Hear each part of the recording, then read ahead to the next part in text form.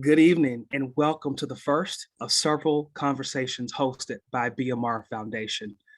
Tonight's conversation will educate us on the impacts of hypertension, as well as a call to action for each of us to take in order to lower our chances of being diagnosed with hypertension.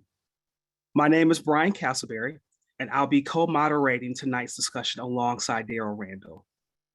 Presently, I serve as National Co-Captain for Black Men Run and Chair of BMR Foundation. Daryl currently serves as our Chief Technology Officer for Black Men Run, Head Captain for the Black Men Run chapter in Detroit, Michigan, and a fellow board member for BMR Foundation.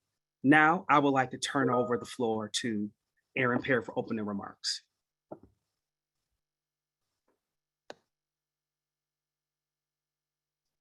Thank you, Brian. I appreciate this. Thank you, everyone, for joining tonight's BMR Foundation's Town Hall Hypertension Town Hall. We're really pleased to bring you this very important presentation. My name is Aaron Perry. I am the co-chair of the BMR Foundation. I am also the captain of the Madison chapter of Black Men Run, and I'm also proudly serving as the National Director of Health, Wellness, and Disease Prevention for BMR. What I can tell you is that we're very excited to be bringing this presentation to you, one of many to come. So I hope that everyone walks away getting some really good information, taking good notes, and taking it back to your community.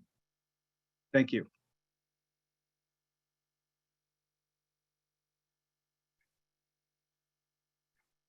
Thank you, Captain Perry.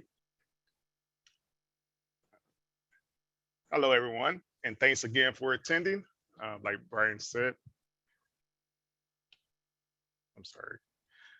Thank you, everyone. Thanks for attending. Like Brian said, I'm the Chief Technology Officer for Black Men Run and Head Captain of the Detroit chapter of BMR. Just some housekeeping before we start the town hall tonight. Your mic will be muted, but we want your participation during this town hall. So please submit all your questions in the Q&A session of Zoom. You can access the Q&A session by clicking on Q&A at the bottom of your screen. I will be monitoring the Q&A room, and your questions will be answered during our roundtable discussion with our panelists. So any questions submitted in the chat room would not be answered during the roundtable discussion. We want your engagement during this event, and we hope you walk away with a call to action. Thank you. Now I'll pass it over to Brian Castleberry. Thanks, Daryl. Now I would like to introduce our panelists for this evening's conversation. Dr. Robert A. Solomon is a cardiology fellow at Ascension St. John Hospital in Detroit, Michigan. Educated at Hampton University and Howard University for undergraduate and medical school, Dr. Solomon found his way back to Detroit as an internal medicine resident before transitioning to Ascension, where he currently practices. Dr. Solomon's interests lie not only in advanced heart failure and transplant medicine, but also health disparities and health equity, as well as patient advocacy and literacy. Outside the hospital, Dr. Solomon enjoys running and most recently participated in the 2021 Detroit Free Press 5K event. Our second panelist is Dr. Vanessa L. Robinson.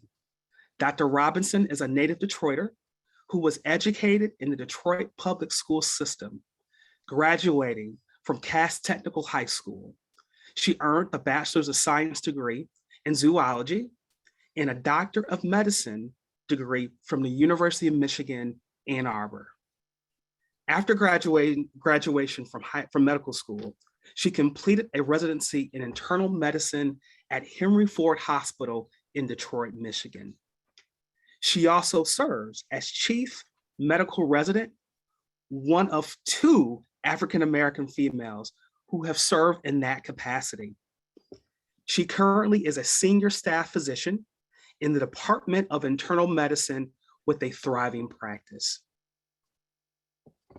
Our third and final panelist for this evening is Dr. Kevin Whitlow. Dr. Whitlow is a board certified internal medicine physician. He practices within a busy practice located within Henry Ford Hospital in Detroit, Michigan.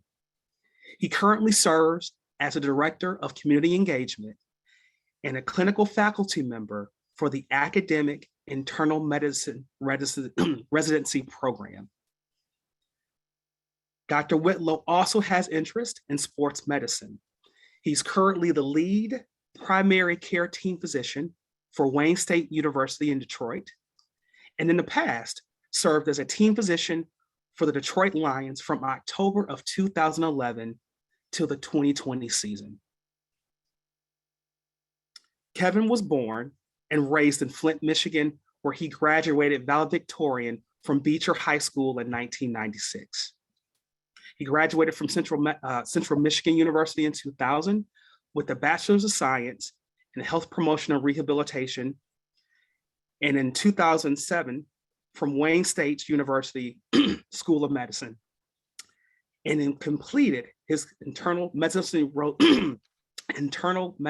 residency in 2010 before assuming his current role. That said, our first question this evening goes to Dr. Solomon. Dr. Solomon, what is hypertension? Well, thank you first for having me here. It's an honor to be here talking with you guys today. And what is hypertension? It's basically increased blood pressure inside of your vessels. We use two different numbers to define hypertension, a top number and a bottom number, and both of those numbers are important. The top number is called your systolic blood pressure, and your bottom number is called your diastolic blood pressure. Normally, blood pressure is pretty good around 120 over 80. The top number is always higher than the bottom number. And the systolic blood pressure, remember the top number, is the pressure inside of your arteries when your heart is active or when it's beating. Your diastolic blood pressure, or your bottom number, is the pressure inside of your arteries when the heart is resting.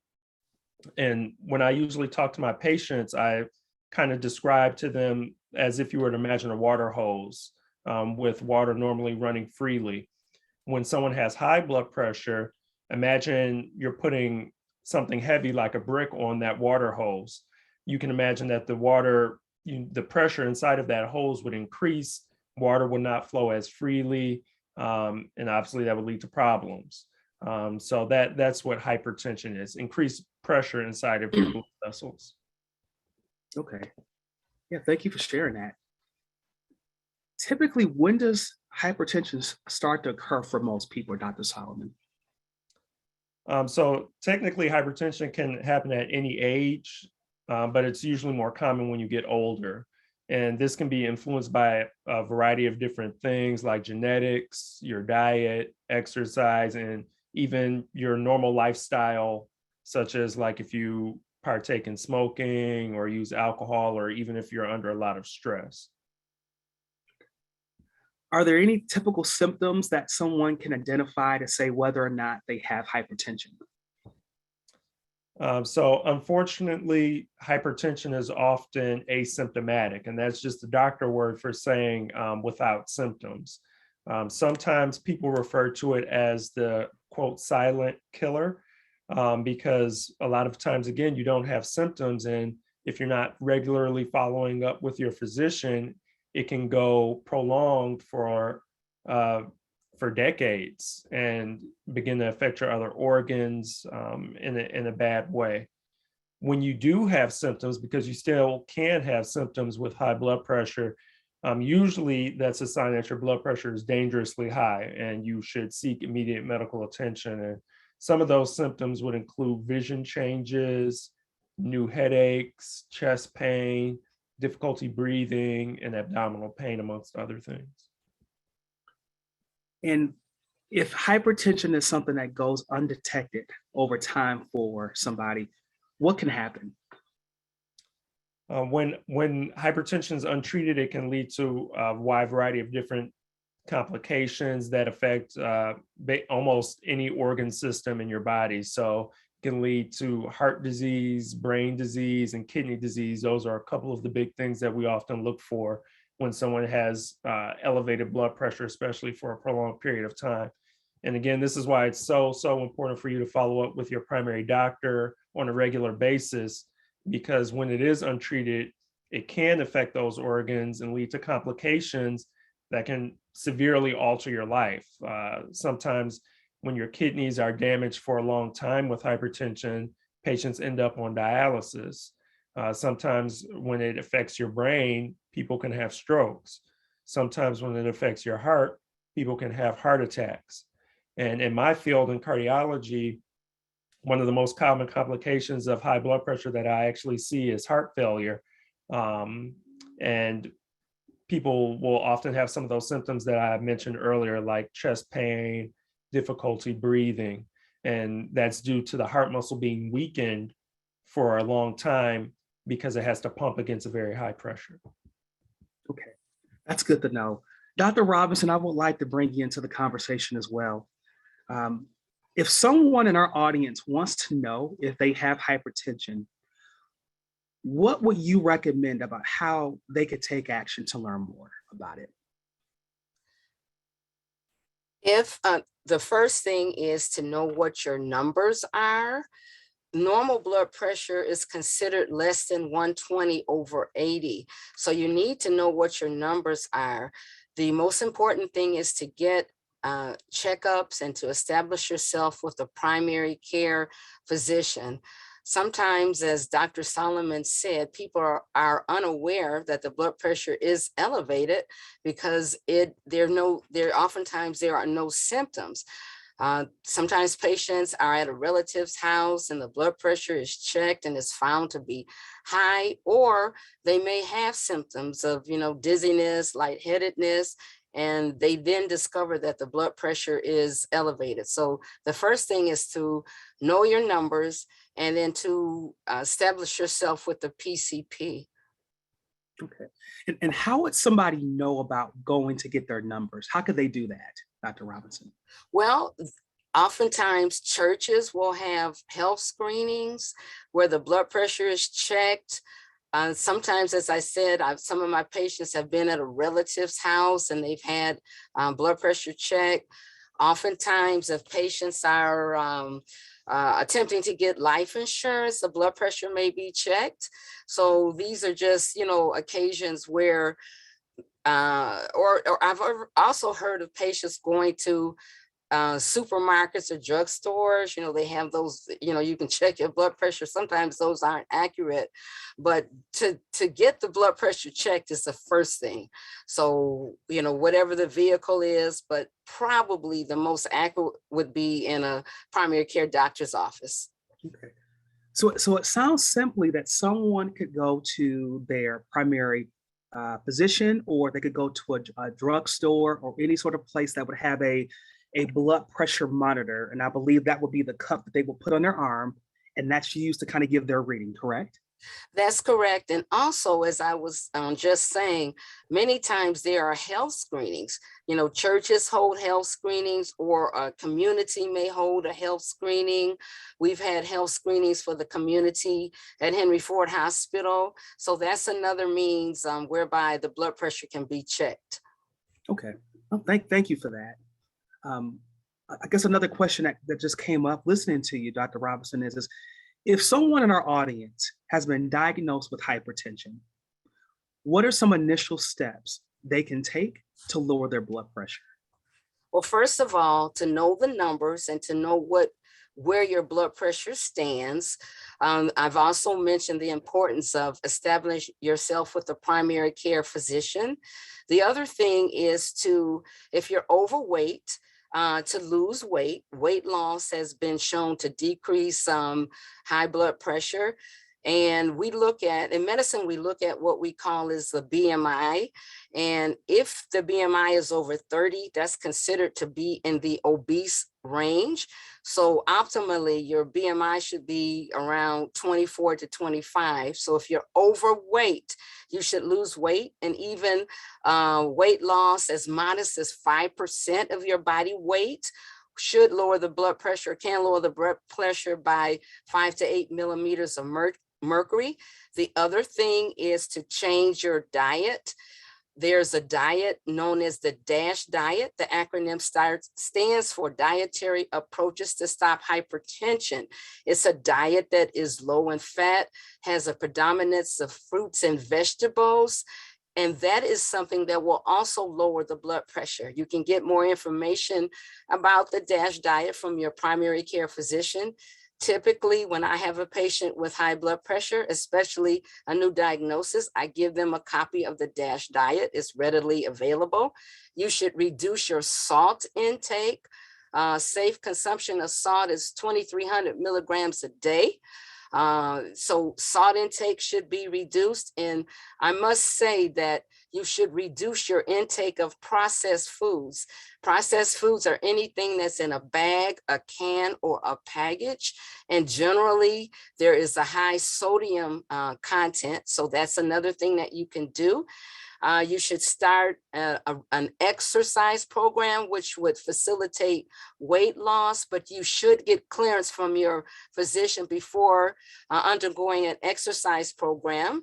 It's recommended that you exercise 30 minutes a day for 5 days a week, at least 150 minutes. The exercise does not have to be done in 30-minute blocks. You can do 3 10-minute blocks, 2 15-minute blocks. Resistance training, weights, pumping iron is just as effective as running, as Black men do. Aerobic exercise. So those are the things that you should do. The other thing is if your doctor decides to put you on medication, you should take the medication as prescribed. And if you have any side effects, make sure you let your physician know rather than stopping the medication before you come to the next visit. Other things that have been mentioned are smoking cessation, alcohol cessation, which can impact the blood pressure, and reducing stress, which is probably a challenge in these pandemic times, but that's something else that you can do. Okay, that's good to know. I think one of the things that you mentioned earlier that just kind of comes to mind is you mentioned like a daily allotment of sodium. Is there a different limit for men and women? No, 2,300 milligrams is mitigated, if you have heart disease, and also some other conditions where an increased sodium intake may cause, fluid retention. But the most important thing is to learn how to read nutrition labels, because when you look at a canned food or any product, it has a nutrition label, and it will give you the milligrams of sodium. And the other thing to pay attention to is the serving size. So if and I'm just speaking arbitrarily, if there are 1,000 milligrams of sodium in one serving and the serving size is 1 cup, if you consume 3 cups, you're going to have to multiply that. So the sodium content of food is also very important. And when you have high blood pressure, we always advise that you decrease your sodium intake. And that can be accomplished by healthier food choices, avoiding canned foods, avoiding processed foods, and avoiding anything that's in a package. And even healthy foods that are on the market, you have to be careful because they still have sodium in them. So learn how to read nutrition labels. Valuable information. And for those who are listening again, feel free, if there are any questions that you have, to use that Q&A chat box. We'll definitely make sure that your questions are answered later on in our conversation. Dr. Whitlow, you're our next panelist. I wanted to bring you into the conversation as well. Our next question: what are some common medications prescribed for high blood pressure? So, as Dr. Robinson was talking about, we often start with our lifestyle modifications, but sometimes we still need medication. So there's kind of 5 common classes of medication that we typically use for high blood pressure. The first class is calcium channel blockers. This class of medications is unique as multiple studies have showed that they've been more efficacious or more beneficial to African Americans. And so some of the common names that we see are amlodipine, or another one is nifedipine. They typically work fairly well, but every medicine we take can have side effects. Some of the most common side effects we may see with these medications is occasionally you'll get foot swelling, but typically it will occur in less than 5% of people. The second common class of medications is thiazide diuretics. Most people will commonly call it a water pill. These common names are chlorthalidone, and the other one is hydrochlorothiazide, and you'll see it in multiple preparations and also in combination with others. Some of the common side effects you may see with these medications are a little bit lower potassium level because of the way that it works, and some people may report cramping. Also, not all very common in a small percentage of people. The next class is beta blockers, and we typically use these not as first line, but sometimes as second line, or if you have other reasons for the specific medication. It also can be used in people who have heart ailments, heart attacks, congestive heart failures, Dr. Solomon referenced before in the past, or you haven't achieved your blood pressure goal with the two medicines that are stated above. The next class of medication is called ACE inhibitors. The most common names of those are lisinopril, ramipril, or benazepril, as they all kind of sound the same. But these calling cards for these medications, they're often very good in people who have underlying diabetes or may have, more importantly, some chronic kidney disease, as they're very good at slowing the progression of kidney disease and keeping people from progressing to needing hemodialysis. They're also very advantageous in people who have underlying heart disease as well. The next class is angiotensin receptor blockers, or ARB. And oftentimes in the literature, we kind of lump these two medicines together based on the way they work in the body. And it has similar profile, very good for people with heart disease, very good for people with chronic kidney disease, but their effect on the blood pressure isn't quite as great as the calcium channel blockers or the thiazide, primarily in African Americans. And so those are kind of the main classes of medications that we use. You typically, in order to get to our goal, most people require 2 medicines to achieve their hypertensive goal. And up to 25% of people often will need up to 3 medications to achieve our goal of controlling our blood pressure. One of the things that I know that Dr. Robinson mentioned earlier was physical activity. Mm-hmm. So for someone who's not accustomed to exercising, Dr. Whitlow, what kind of exercise program could they start with? I think the most important thing when we go about starting an exercise program is understand what we're training for. In the old saying, it's a marathon and not a sprint. Okay. So some people are former athletes, some people are not. So we don't want to start like you said, man, I got to join boot camp. But the key is you want to be able to do your exercise again tomorrow. As she kind of referenced, they want to do 150 minutes per week or 30 minutes per day. So I say, first thing is get clearance from your doctor to make sure you don't have any underlying conditions. But I say start small and primarily with something like aerobic activity, with the goal or idea to get towards what we would call moderate intensity. All right. And when I say aerobic activity, I think of things like walking, maybe a light jog, something like cycling, exercise bike, elliptical trainers. And when I say moderate intensity, we say mild intensity would be the equivalent of how we're conversating and we're walking and having a conversation. When we transition to what I call moderate intensity, I typically have to pause every couple of sentences. I would be riding my bike, like today we're at work, take a deep breath and continue my sentence. And I think that's the ideal level of exercise when we look at our long-term health goals and things as such. So the recommendation is to get about 150 minutes per week total. And as Dr. Robinson said, it can be broken down into any amount of intervals. Some of the men in the Black Men Run group, if they were in the vigorous exercise activity, that recommendation would be 75 minutes per week. So I think the rule of thumb is listen to your body. Number one, because we want to get up the next day and repeat the exercise. So you can start off, you don't have to start out at 150 minutes a week, long as we get to the destination. So I think it's important maybe start 10 to 15 minutes a day, pick an exercise that you like. And then once you can tolerate that 10 to 15 minutes, you can advance maybe your time increments, probably about 5 to 10 minutes every maybe 3 to 4 weeks until you get to your goal. If you were to utilize resistance training, the recommendation right now is about 2 times per week. Make sure you're not lifting too heavy. I think the most important thing for a novice or a beginner when it comes to lifting weights or resistance training is learn what to do. If you have the ability or the resources, I definitely would seek the counsel of a trainer. It doesn't have to be like a personal trainer, but like a person at the gym who can give you a tutorial on how to properly use the exercise equipment, whether it be machines, whether it's resistance bands or small dumbbells.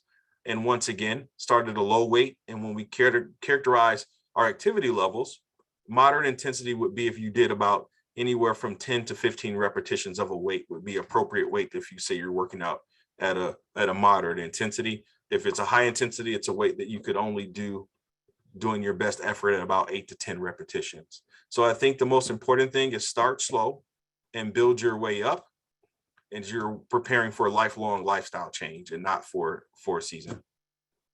Okay. So definitely a marathon and not a sprint. Yes, sir. Okay, understood. I know earlier in the conversation, there were some statistics that were shown to our audience members. This next question kind of ties into that.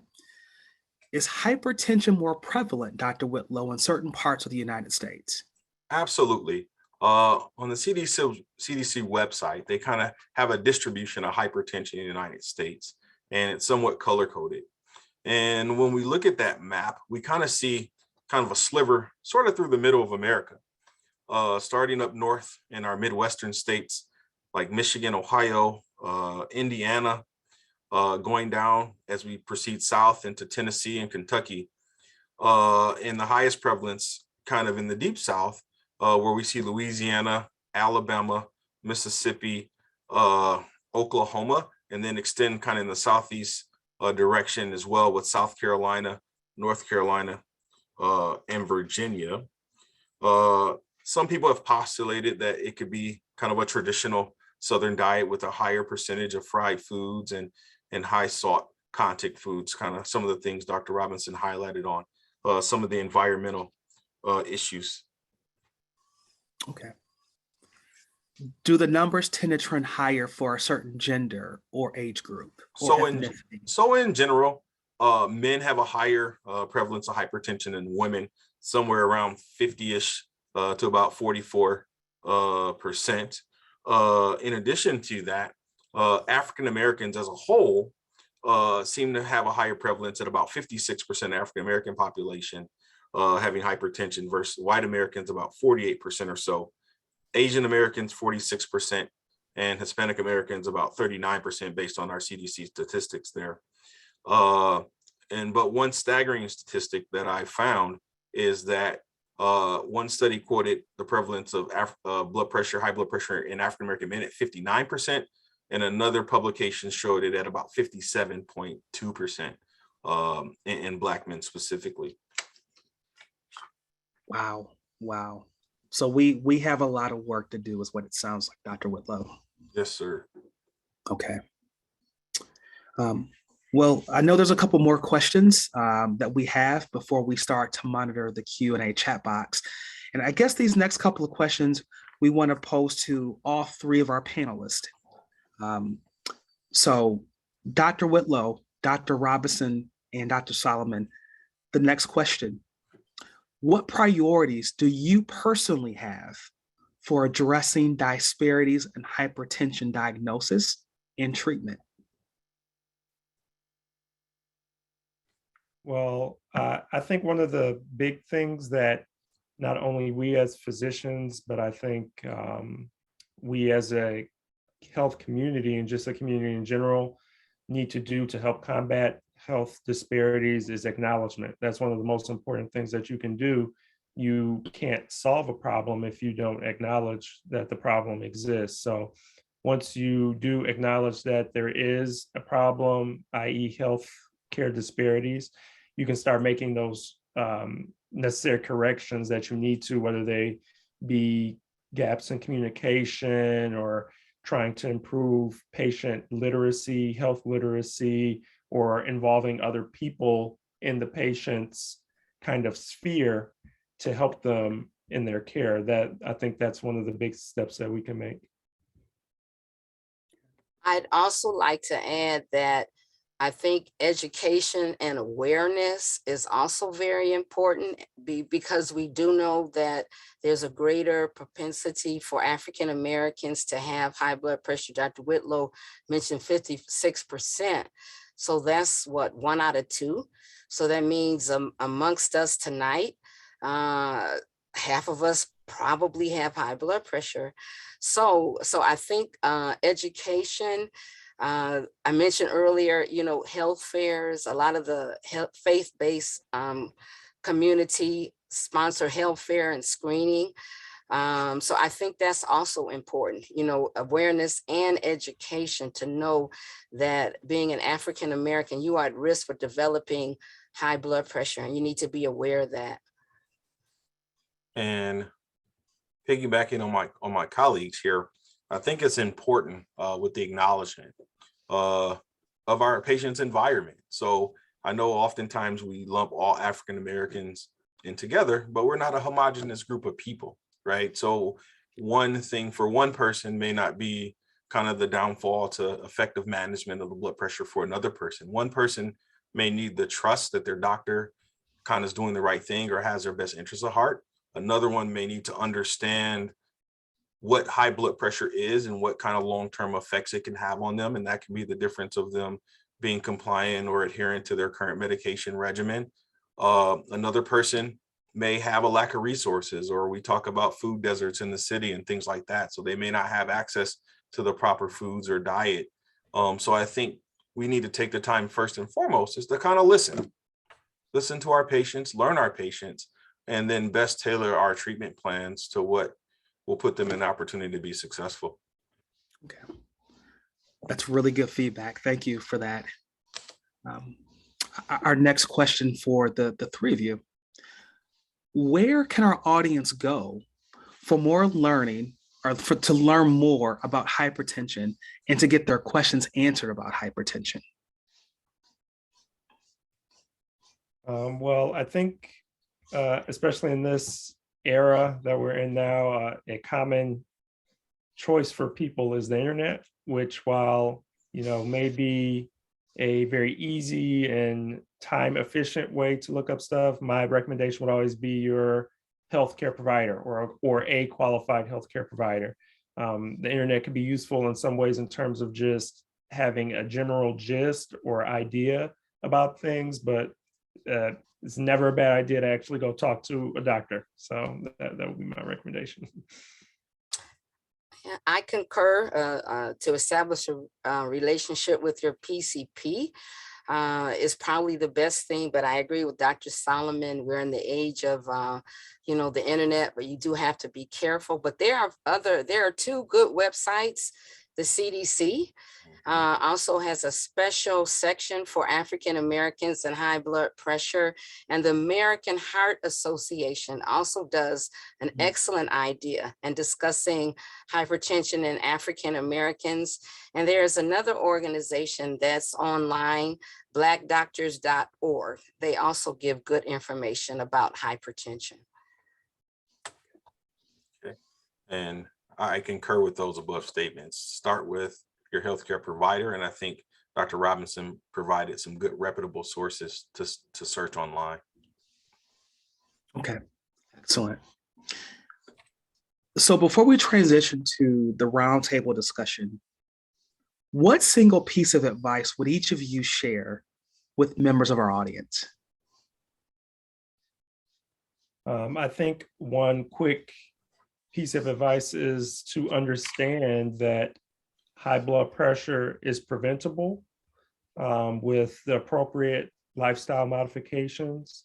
And if you do have high blood pressure, that while it's, obviously something that nobody wants, it can be managed with appropriate care, whether it's with medications or again, with the solutions in terms of exercise and things of that nature that Dr. Robinson Dr. Whitlow mentioned earlier. I think the one single piece of advice, excuse me, I would give to everyone is to know your numbers. You need to know what your blood pressure reading is. So that's the one single piece of advice. Okay. And then my big piece of advice is, if you're diagnosed with high blood pressure, it's not the end of the world. I think work every day on your diet, exercise, and if you need medications, communicate with your doctor. If it makes you feel bad, tell them. And we always can kind of change it to something that you can live with every day. Okay. Thank you. Thank you. For those who are a part of this conversation today, just speaking my truth with the two of you, or with everybody here, I've suffered from hypertension for a number of years. Dr. Whitlow is my personal care physician. He has been very active with helping me to have additional lifestyle changes besides my physical activity to regulate my blood pressure. And so far, so good. And I know that Daryl is also someone who suffers from hypertension as well. So it's definitely not the end of the world. And there's a lot that you can do to continue to live and be prosperous and to be healthy as you go about managing your hypertension. Daryl, I know there may be some questions in the Q&A chat box. What questions do we have from our audience members to our panelists? Yes, we do have questions, and thank you for everyone who submitted questions in our Q&A room. I'm going to direct the first question to Dr. Solomon, and Dr. Robinson and Dr. Whitlow, you can join in on if you have an answer to these questions, to the first question. Our first question is from Anthony. He wants to know how accurate are the over-the-counter readers? Do you recommend a particular brand? That's for you, Dr. Solomon. Or I think that there's kind of like a little bit of discrepancy depending on which kind of reader you get. So sometimes they have those cuffs that go around your arm, like your bicep, and then sometimes there are some that are closer to the wrist area. And there's sometimes some discrepancies, but one of the things that I always recommend for people that get those, whether you can like find these at like CVS, Walgreens, Rite Aid, things of that, like stores of that nature, to kind of avoid that problem and to make sure that it's accurate, bring it into your physician's office. So you can kind of correlate it with the machines there and make sure that it's accurate. okay. Thank you. Dr. Robinson, Dr. Whitlow, do you have anything to add? And I agree with Dr. Solomon. And then also too, you want to make sure that you're checking it correctly. Some of the literature will say that you need to sit down, both feet flat on the floor, resting 5 to 10 minutes, quiet room, arm at the level of the heart. So you're taking the blood pressure in your ideal situation. I think that's important. So basically taking the blood pressure in the way that it's intended. And I think that improves the accuracy. And like he said, I think taking your device to the clinic with you to kind of validate those blood pressures. And he's right. The ones that you use on the wrist are traditionally less accurate than the ones you would use on your arm. Okay. I'd also like to say that you need to make sure that the cuff fits your arm adequately. If the cuff is too small, then the blood pressure is not going to be accurate. I personally prefer the blood pressures that we use in clinic over the digital ones, but the digital ones do have some utility. But if you do use a digital cuff, it needs to be calibrated regularly to make sure it's accurate. And I concur, you should bring your cuff in with when you come to your PCP visit so that it can be compared. Thank you, Dr. Robinson. I'll direct the next question to you. Alan wants to know, what about using the supplements and OTC method? Is there a method where you can combine supplements and over-the-counter drugs to combat hypertension? I'm not aware of any supplements. Maybe my colleagues can help me out, but I know of a lot of antidotes, even in my family, apple cider vinegar, garlic, and, all of these home remedies. Right. I'm not sure of any. I have A to few of those stop are and passed down shuffle. to my family as well. So, but I'm not aware of any supplements that will lower the blood pressure. There are a whole lot of products out there that patients bring in who say, who are purported to lower the blood pressure. But I think the things that we've discussed, watching your diet, losing weight, exercise, those have been scientifically proven. So, I would say I would, recommend those. Anything to add, Dr. Solomon and Dr. Whitlow? My quick only point would be to say, if you are taking those or you would like to take those, consult with a qualified healthcare professional beforehand, because last thing you want to do is take something for a long time or something that may not be appropriate and come in later with issues. So if it sounds like it may be interesting or up your alley and you're interested in it, doesn't hurt to go, confirm with your healthcare provider that it's an appropriate supplement to take. Okay, thank you. For Dr. Whitlow, Anthony wants to know, he says, I've heard that BMI was created with data from only white Europeans. I've recently heard that some are not championing BMI as much. What are your thoughts? Well, I mean, it's kind of a general guide, but there's some old things, something called somatotypes, like the different body shapes of people. Like I'm big into football, so you look at a person who's a wide receiver or a basketball player, they're kind of long and wiry. You look at a running back, they're kind of a little bit thick, and then you look at maybe an offensive lineman where they're very big human beings. And some of an athletic population, where if you see a person with a high muscle mass or very large, maybe the BMI isn't the best measure. But by and large, if we took the population within our clinics, the BMI is relatively accurate. Yes, could it be askew with African Americans? But I think in the majority of people, if you look at like the classifications, like how Dr. Robinson commented, that overweight is 25 to about 30, obese is greater than 30, and morbid obese is a BMI of greater than 40.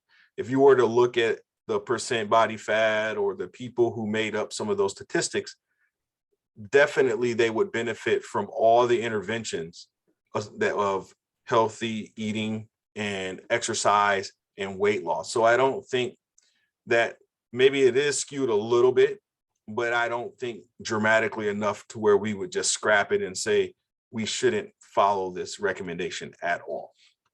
Okay. But Dr. Solomon, Dr. Robinson, do you have anything to add? No, I agree with Dr. Whitlow. I didn't have anything to add. Okay. All Yeah, right, that's me. okay. Dr. Solomon, Corey wants to know, would you recommend a low carb diet for someone with high blood pressure? That's a good question. And I think that one of the things that are also popular are like the different diets. There's like a ton of different diets out there that are like very popular, and they're also sometimes kind of fad diets as well. So they're popular and then they leave and then something else comes about. Again, like I always preach, if you do want to start one of those dietary changes, consult with your primary healthcare physician. And as Dr. Robinson mentioned earlier, I think if you are looking to make dietary changes, one of the things that she mentioned was watching the salt intake. That's very, very important. And all the things that she mentioned, and that's been mentioned today in terms of avoiding processed foods, things that have been prepackaged, all those things that have the potential for high sodium are things that you will want to avoid. So taking a look at specifically low carb diets, I would try and take into account the other things with that, because although it may be low carb, you would still want to take into account the sodium intake definitely as well, because that's one of the biggest precipitants and components of people that eventually have high blood pressure. All right, thank you, Dr. Solomon. I'm going to move on to the next question. Is for you, Dr. Whitlow. Is it better to get your blood pressure checked in the left arm, which is closer to the heart, or either the left or right arm is okay? Either the left or the right arm is okay. If there's too big a difference between the two, it could represent some sort of pathology. But in general, the variation is slight between the two. Okay. Thank you. And Dr. Robinson, this question is from Sarah. Some of my family members who take high blood pressure medication really struggle with managing side effects. Is there any immediate period of time when someone doesn't feel good upon starting a blood pressure medicine, but in time, those side effects will taper off? Well, that depends on the medication, and sometimes it depends on the dosage of the medication. I think the most important point is if you are started on a blood pressure pill, and it goes for any medication that's prescribed by a physician, if you are developing side effects, you need to let the doctor know. All medications have side effects, and the side effects are potential. Now, with one of the medications that Dr. Whitlow, class of medications that he mentioned earlier, the calcium channel blockers, one of the potential side effects is swelling. So, and it's usually dose related. So if we put a patient on calcium channel blocker and they develop swelling and the blood pressure is controlled, and usually what I'll do with my patients, I'll ask them, is this swelling really disconcerting? If it's mild, and we usually will continue the medication, but if it worsens, then we may stop it. So I think the most important thing is to notify your physician if they occur, and then the doctor can decide whether or not the medication should be changed or the dose should be adjusted. Okay. Dr. Solomon, this is kind of similar, and this is from a anonymous attendee. My doctor prescribed lisinopril when I was diagnosed with hypertension in the year 2000. It's been 21 years. I've never had any side effects, but now I'm hearing that it's not good for African Americans. Is this true? Should I not take these anymore? So lisinopril has been honestly one of the most popular antihypertensives out there, and that's because of its low side effect profile and its efficacy in treating high blood pressure. Now, everybody's different, and with that class of medications, there are sometimes side effects that your primary doctor would let you know about before, prescribing that medication to you. But those are usually very, very, very, very, very rare. I would say that in most people, in the vast majority of people rather, that lisinopril is quite a safe medication to use.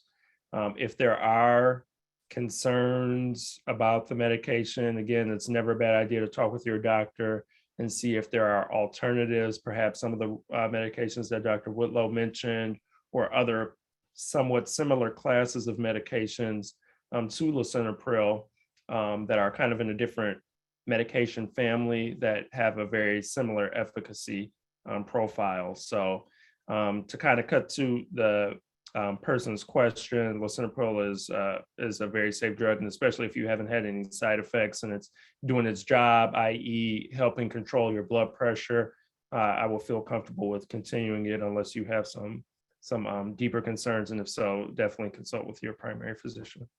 Okay, thank you. And this question is for Dr. Whitlow. Can fasting and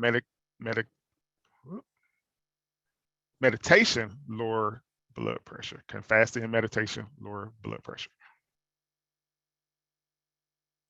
I definitely think as we look at all the factors that contribute to elevated blood pressure, as Dr. Solomon talked about, things like stress, some of our environmental factors definitely can play a role in elevated blood pressure. So I think a healthy dose of meditation may be good if you are in a stressful situations, you work in a stressful job, or if you're a family man or woman and you need a break, maybe taking 30 to 45 minutes a day just to relax or get into a different place mentally. I think that definitely can be beneficial as part, and I would say part of a comprehensive hypertension plan. I think like if we say, okay, I'm in a very stressed situation, you come to the doctor's office and your blood pressure is maybe 145/89, and you say, okay, you know what, I'm under a lot of stress, or my parents are sick, or my children's going through something, or my spouse, or whatever the case may be.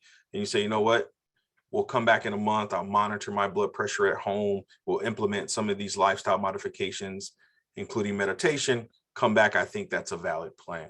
Now, if your blood pressure is in a much higher level, like say 170, 160, I don't think meditation alone will put you to normal blood pressure.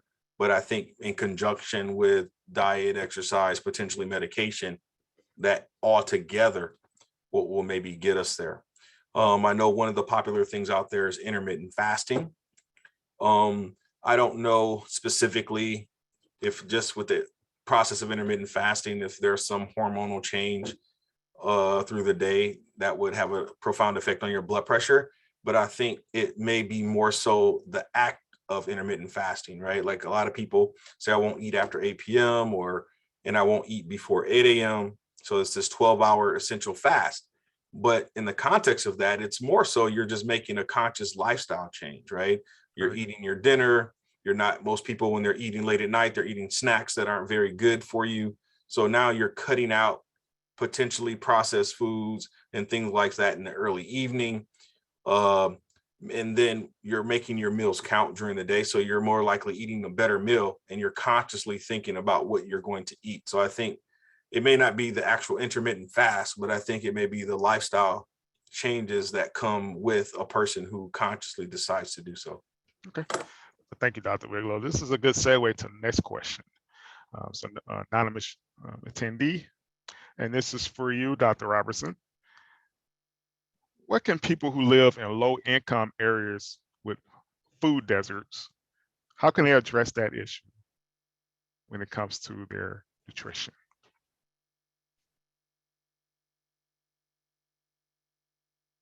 Lee, you're on mute. There you go. As much as possible, even in areas where there's a food desert, try to consume a healthy diet, fresh fruits, fresh vegetables. If it is not possible to consume fresh fruits and fresh vegetables, frozen vegetables would be the next best alternative. And if you do need to eat canned foods, you can rinse the salt out. What you can do is, open the can, turn it upside down, rinse the liquid that's in the canned food, or pour it out, I'm trying to say, and then pour water in the can so that you rinse out the salt content. So I've told my patients to do that. So that's an attempt to, reduce the amount of salt. When you buy meat, try to get meat that is skinless and more poultry, turkey.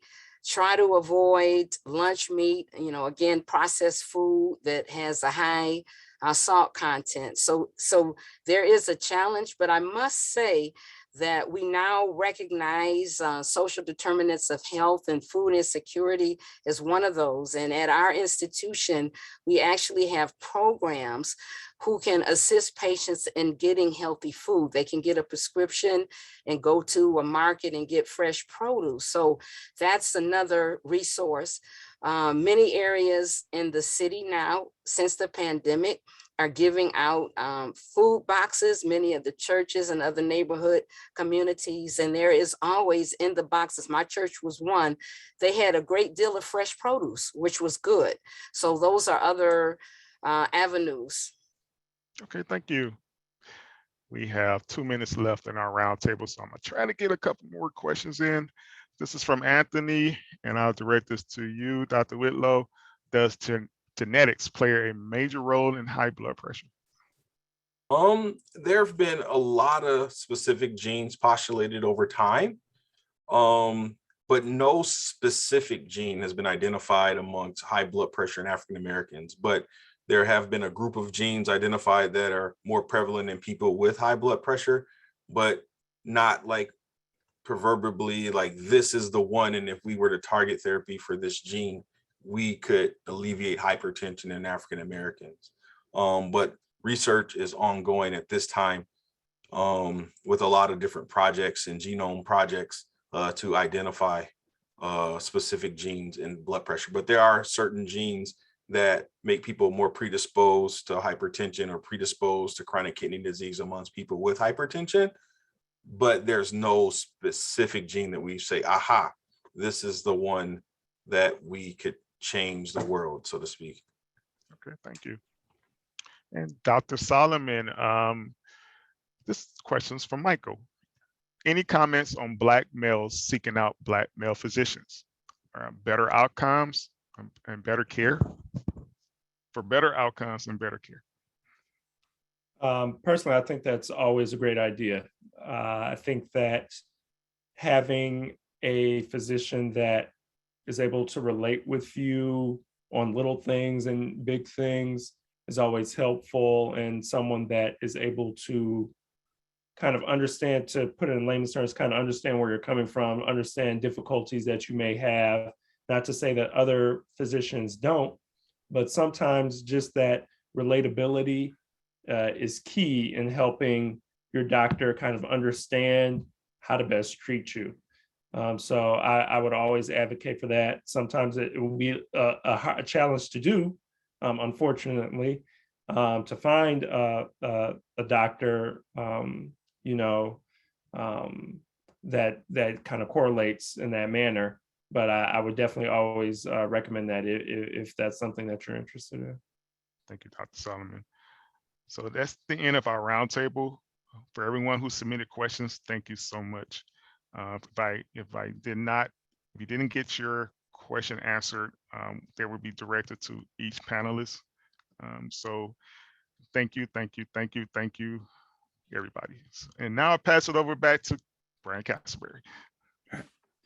Well, we've come to the end of this evening's conversation. And on behalf of BMR Foundation, Daryl and I would like to thank each of you for taking time to participate in tonight's conversation. A special thank you goes out to our panelists, Dr. Robert Solomon of Ascension Health, and Dr. Vanessa Robinson and Dr. Kevin Whitlow, both of Henry Ford Health Systems. Just please note, again, this is the first of a number of conversations we plan to have through BMR Foundation. And other future topics in addition to hypertension include diabetes and mental health. Daryl, is there anything we want to share regarding our post-event survey? Yes, I want to once again thank you for everyone who joined us this evening. Coming up is a post-event survey. The feedback we receive from you will help us build future town halls. So please stay tuned for our next town hall event in the coming weeks, and good night. And before we adjourn, everybody, we do have one more announcement by Aaron Perry. Thank you so much. Boy, this has been just phenomenal information. What I can say is if everyone that was listening, and I'm looking at, looks like we have about 51 people on, if everyone posts this on their Facebook page, and please include something that you heard from one of our esteemed doctors. I posted mine. I've already got 10 messages in Messenger. Please post this on your Facebook page because there's no doubt we're going to save a life with this presentation. There's no doubt in my mind. So thank you again. As Brian and Daryl said, we are going to be doing our next town hall, and that will be on diabetes. So stay tuned for that. We'll get that information out. And Dr. Vanessa Robinson, thank you. You gave us some information about a prescription to get healthy produce. We got to dig into that a little more. So thank you. More information on our upcoming events will be available on our website, which is www.blackmenrun.com. Again, we thank each of you for taking time to join us this evening, and we're looking forward to having you again at our next event. Good night.